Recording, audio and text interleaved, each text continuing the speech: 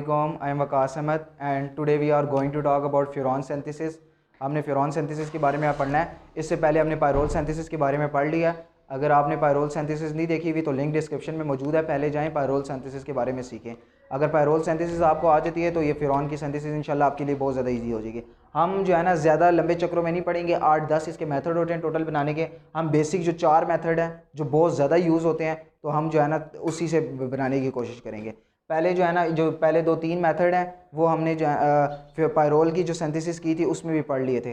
तो अभी फ्यूरॉन की सिंथेसिस है उसमें भी तकरीबन यही वाले मेथड यूज़ होने हैं। पहला मेथड हमारे पास है पेंटोस शुगर। पेंटोस शुगर से जो है ना हमने फ्यूरॉन बनानी है। पहले पेंटोस शुगर है। पेंटोस शुगर का मतलब ये है कि इसके अंदर 5 कार्बन होंगी। हम 5 कार्बन ले लेते हैं। पहले 5 कार्बन ली। कार्बन नंबर 3 का सिर्फ OH यहाँ पे होता है, बाकी सारों का OH यहाँ पे होता है। OH यहाँ पे लिया, बाकी वैलेंसीज इसकी हमने बराबर की। वैलेंसीज बराबर करने के बाद यहाँ पे C डबल बॉन्ड OH डाल दिया। ये हमारे पास पेंटोस शुगर बन गई। हमने पेंटोस शुगर में क्या किया था, हम पेंटोस शुगर में डाल देते हैं सल्फ्यूरिक एसिड। जैसे हमने पायरोल की सिंथेसिस के अंदर डाला था, हमने यहाँ पे डाल दिया सल्फ्यूरिक एसिड। जैसे हम सल्फ्यूरिक एसिड डालते हैं ना, सल्फ्यूरिक एसिड क्या काम करता है, सल्फ्यूरिक एसिड इसमें से निकाल देता है 2 वाटर के मालिक्यूल, सॉरी 3 वाटर के मालिक्यूल इसमें से निकाल देता है। जैसे 3 वाटर के मालिक्यूल निकालता है ना, इससे एक नया कंपाउंड बन जाता है जो हमारे पास इस तरह का होता है, C डबल बॉन्ड OH, यहाँ पे कार्बोनाइल ग्रुप होता है। इसको हम कहते हैं फरफरल। इस तरह का एक नया कंपाउंड हमारे पास बन जाता है। अब देखिए हमारे पास पूरा का पूरा फ्यूरॉन बन गया, सिर्फ हमने ये वाला ग्रुप रिमूव करना है। अगर किसी तरीके से हम ये वाला ग्रुप रिमूव कर दें हमारे पास फ्यूरॉन रह जाएगा।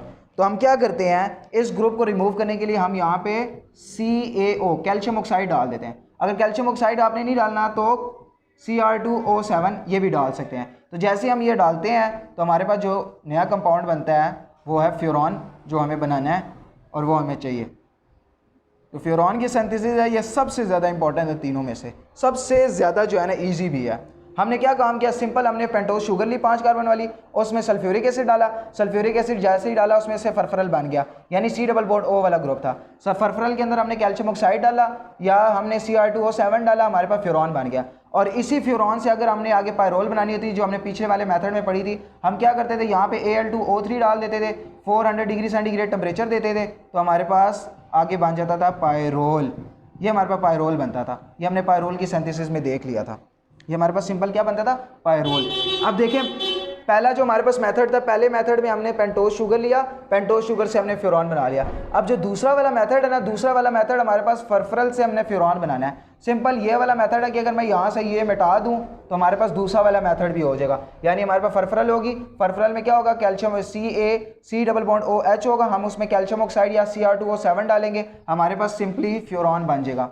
और जो हमने बनाना है ये हमारे पास दूसरा मेथड भी कवर हो गया। मैं आपको दोबारा जल्दी से बता देता हूँ कि हमारे पास क्या होगा, यही फ्यूरॉन वाला स्ट्रक्चर होगा तकरीबन यहाँ पे होगा C double bond O।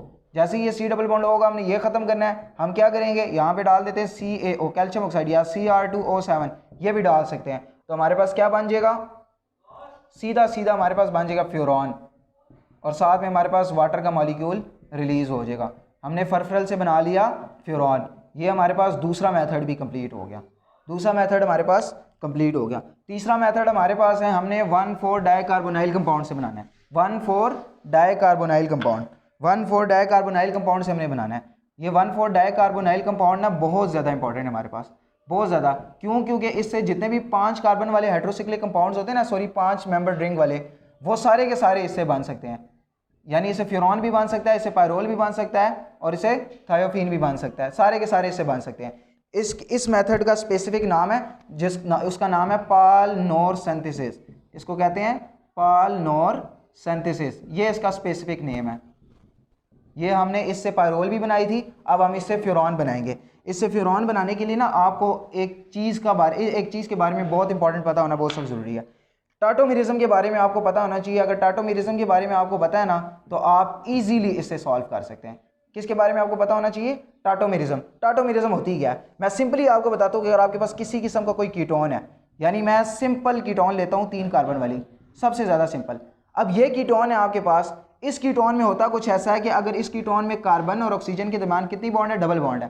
Carbon और ऑक्सीजन के दरमियान डबल बॉन्ड है, कार्बोनाइल कंपाउंड है। अगर मैं इस ऑक्सीजन की डबल बॉन्ड यानी कार्बन ऑक्सीजन के दरमियान डबल बॉन्ड है, इस डबल बॉन्ड को शिफ्ट कर दूं इस कार्बन और कार्बन के दरमियान, यानी मैंने क्या किया, कार्बन ऑक्सीजन के दरमियान डबल बॉन्ड थी उसको शिफ्ट कर दिया कार्बन कार्बन के दरमियान। अब जैसे ही मैंने कार्बन और कार्बन के दरमियान शिफ्ट किया है, इस कार्बन की बॉन्ड बन गई 5। जैसे इस कार्बन की 5 बॉन्ड बनी है, एक हाइड्रोजन को रिलीज कर देगा, यहाँ पे CH2 बन जाएगा और वो हाइड्रोजन चला जाएगा इसके पास। तो पहले क्या था, पहले हमारे पास कीटो फॉर्म थी यानी कीटोन थी, और कीटो फॉर्म से अब बन गया enol form. Enol form, keto form से हमारे पास बन गया इनोल फॉर्म। इस प्रोसेस को हम कहते हैं टाटोमेरिज्म। सो टाटोमेरिज्म में सिंपली क्या होगा कि कार्बोनाइल कंपाउंड का जो ऑक्सीजन के दरमियान डबल बॉन्ड होती है वो शिफ्ट हो जाती है कार्बन कार्बन के दरमियान, और जिस कार्बन के दरमियान वो शिफ्ट होती है उसका एक हाइड्रोजन निकल के कार्बोनाइल कंपाउंड के पास आ जाता है। ये हमारे पास है टाटोमेरिज्म। अगर ये टाटोमेरिज्म आपको आती है ना, तो आपको इंशाल्लाह ये 1,4 डाइकार्बोनाइल कंपाउंड से बहुत इजीली आप फ्यूरॉन बना लेंगे। हम पहले बनाते हैं 1,4 डाइकार्बोनाइल कंपाउंड, यानी हमारे पास है CH CH2 CH2 और ये हमारे पास C है, ये हमारे पास C है। हमने ले लिया 1,4 डाइकार्बोनाइल कंपाउंड। यहाँ पे हम पायरोल बनाने के लिए हाइड्रोजन ले सकते थे, लेकिन अगर हमने फ्यूरॉन बनाना है ना तो उसके लिए हम हाइड्रोजन नहीं ले सकते, उसके लिए हम CH3 मिथाइल ग्रुप जरूर लेना, क्योंकि कीटो ग्रुप होगा तभी हमारे पास टाटोमेरिज्म होगी।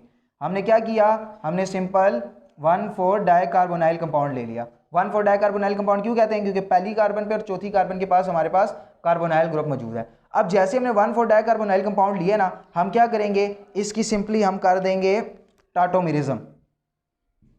टाटोमेरिज्म हम कर देंगे। जैसे ही हमारे पास टाटोमेरिज्म होगी ना, इसकी टाटोमेरिज्म से क्या होगा, हमारे पास ये जो कार्बोनाइल ग्रुप है यानी इनके दरमियान जो 2 ऑक्सीजन और कार्बन के दरमियान डबल बॉन्ड है, ये डबल बॉन्ड शिफ्ट हो जाएगी यहाँ पे। मैंने आपको बताया कि इसके दरमियान शिफ्ट हो जाती है कार्बन कार्बन पे, इसकी जो ऑक्सीजन की डबल बॉन्ड है वो शिफ्ट हो जाएगी यहाँ पे, यानी कार्बन कार्बन के दरमियान डबल बॉन्ड बन जाएगी। और ये जो कार्बन कार्बन के दरमियान डबल बॉन्ड बनेगी, इनके एक एक हाइड्रोजन रिमूव होंगे और वो हाइड्रोजन आ जाएंगे इनके पास। तो जैसे एक एक हाइड्रोजन रिमूव हुई और हाइड्रोजन इनके पास आ गए, इनसे एक नया कंपाउंड बन गया जो इस टाइप का होगा कुछ। यहाँ पे OH होगा और यहाँ पे भी OH बन गया, और इन कार्बन के दरमियान बन गई डबल बॉन्ड। इस तरह का एक कंपाउंड हमारे पास बन गया। अब जैसे इस तरह का कंपाउंड हमारे पास बना है ना, हम क्या करेंगे, फ़ौरन इसके अंदर एक डिहाइड्रेटिंग एजेंट डालेंगे, कोई भी चीज़ डालें या इसको हीट कर देते हैं सिंपली। जैसे हम इसको हीट करेंगे ना, यहाँ से देखें वाटर सिंपली रिमूव होगा। जैसे ही यहाँ से वाटर रिमूव हुआ, हमारे पास सिंपली बन गया फ्यूरॉन। हमारे पास क्या बन गया, फ्यूरॉन। और हमने क्या बनाना था, फ्यूरॉन ही बनाना था। और अगर हमने यही 1,4 डाइकार्बोनाइल कंपाउंड से अगर हमने पायरोल बनाना था, हम सिंपल अमोनिया डाल देते थे। सिंपल अमोनिया डालने से हमारे पास बन जाता था पायरोल। ये आपको उम्मीद है समझ आ जाएगी 1,4 डाइकार्बोनाइल कंपाउंड का क्या करना है। ये 1,4 डाइकार्बोनाइल कंपाउंड से अगर आपने फ्यूरॉन की सीखने ना, इसका पूरा मैकेनिज्म होता है, वो हमने सेपरेट वीडियो में बनाया हुआ है। आप सेपरेट वीडियो में जाके पाल नॉर सिंथेसिस वाला जो है ना, ये फ्यूरॉन की सिंथेसिस वाला मैकेनिज्म सीख सकते हैं। लिंक भी डिस्क्रिप्शन में मौजूद है, वहाँ जाएँ और पूरे प्रॉपर स्टेप से सीखें कि असल में बेसिकली होता क्या। ये तो मैंने जनरल लॉजिक बनाने के लिए आपको बता दिया कि कीटो की टाटोमेरिज्म होगी, टाटोमेरिज्म के बाद यहाँ पे OH हाइड्रोजन रिमूव होगा, वाटर रिमूव होगा, हाइड्रोजन तो नहीं सॉरी वाटर रिमूव होगा और हमारे पास डायरेक्टली फ्यूरॉन बन जाएगा। ये हमारे पास था चौथा मेथड। अब लास्ट मेथड है हमारे पास। लास्ट मेथड में हमने लेना है म्यूजिक एसिड। अब ये जो म्यूजिक एसिड हम लेते हैं ना, म्यूजिक एसिड होता क्या है, आपको शुगर का फार्मूला आता है ना, आपने 6 कार्बन वाली शुगर लेनी है, 1 2 3 4 5 6 6 कार्बन वाली शुगर। 6 कार्बन वाली शुगर लेने के बाद आपने प्रॉपर यहाँ पे फार्मूला डालना है, यानी OH हो गया, OH हो गया, और यहाँ पे H हो गया, H हो गया, यहाँ पे हमारे पास OH हो गया, H हो गया। आपने सिर्फ कार्बन नंबर 1 और जो कार्बन नंबर 6 होती है ना, इसकी ऑक्सीडेशन मिसाल के तौर पे यहाँ पे होती है C डबल बॉन्ड OH। यहाँ पे हमारे पास एल्डिहाइड ग्रुप होता है। अगर इस एल्डिहाइड ग्रुप की हम ऑक्सीडेशन कर ले, हमारे पास कार्बोक्सिलिक ग्रुप बन जाता है। यानी इसकी जो है ना ऑक्सीडेशन की होती है, यहाँ पे भी कार्बोक्सिलिक ग्रुप होता है, यहाँ पे भी कार्बोक्सिलिक ग्रुप होता है। इसको हम कहते हैं म्यूसिक एसिड। हमने ये म्यूसिक एसिड लेना। म्यूसिक एसिड का पूरा फार्मूला शुगर जैसा होता है, सिर्फ क्या होता है, पहली कार्बन के ऊपर और लास्ट कार्बन के ऊपर हमारे पास क्या होता है, कार्बोक्सिलिक एसिड होता है। तो ये हमारे पास होता है म्यूसिक एसिड। जिस तरह हमने पेंटोज शुगर से बनाई थी ना, इसी तरह म्यूसिक एसिड से भी बनाएंगे। तो म्यूसिक एसिड से जैसे हम बनाते हैं, क्या करते थे, हमने पेंटोज शुगर में भी H2SO4 डाला था, हम म्यूसिक एसिड के अंदर भी H2SO4 डाल देते हैं, या कोई और एसिड डाल दें। तो जैसे ही डालेंगे इसके अंदर, तो इससे कुछ इस तरह का कंपाउंड बन जाएगा, C डबल बॉन्ड OH बन जाएगा। अब पहले हमारे पास क्या बना था, फर्फरल बना था। अब हमारे पास जो ये वाला कंपाउंड बना है ना, इसको हम कहते हैं फ्यूरिक एसिड। अब हमारे पास बन गया फ्यूरोइक एसिड भी कहते हैं, फ्यूरिक एसिड भी कहते हैं। फ्यूरोइक एसिड हम कह देते हैं। अब हमारे पास बन गया फ्यूरोइक एसिड। देखिए हमने सिंपली क्या काम किया, इसके अंदर H2SO4 डाला, हमारे पास बन गया फ्यूरोइक एसिड। जिस तरह हमने किसके अंदर डाला था, पेंटोज शुगर के अंदर, पेंटोज शुगर के अंदर डाला था, यहाँ पे सिर्फ हाइड्रोक्सल यहाँ पे जो है ना H आ गया था, फरफरल बन गया था। अब H नहीं आएगा, अब हमारे पास कार्बोक्सिलिक एसिड वाला ग्रुप आ गया। अब हमने ये C double bond O remove करना है, तो हमारे पास बन जाएगा फ्यूरॉन।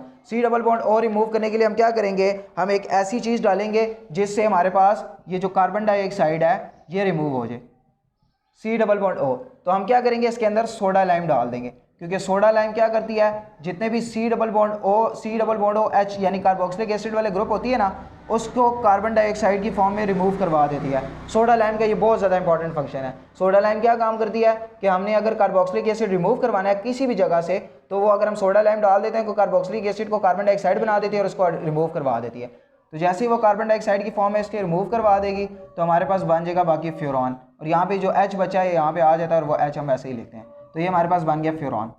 हमारे पास 4 बेसिक मेथड थे फ्यूरॉन बनाने के। तो उम्मीद है कि आपको चारों बेसिक मेथड इजीली और आसानी से समझ आ चुके होंगे। अगर आपको वीडियो पसंद आई है तो लाइक करें और कमेंट्स करें और हमें बताएं कि इंशाल्लाह हम फर्दर किस तरह इंप्रूवमेंट लेके आ सकते हैं। ओके, अल्लाह हाफ़िज़।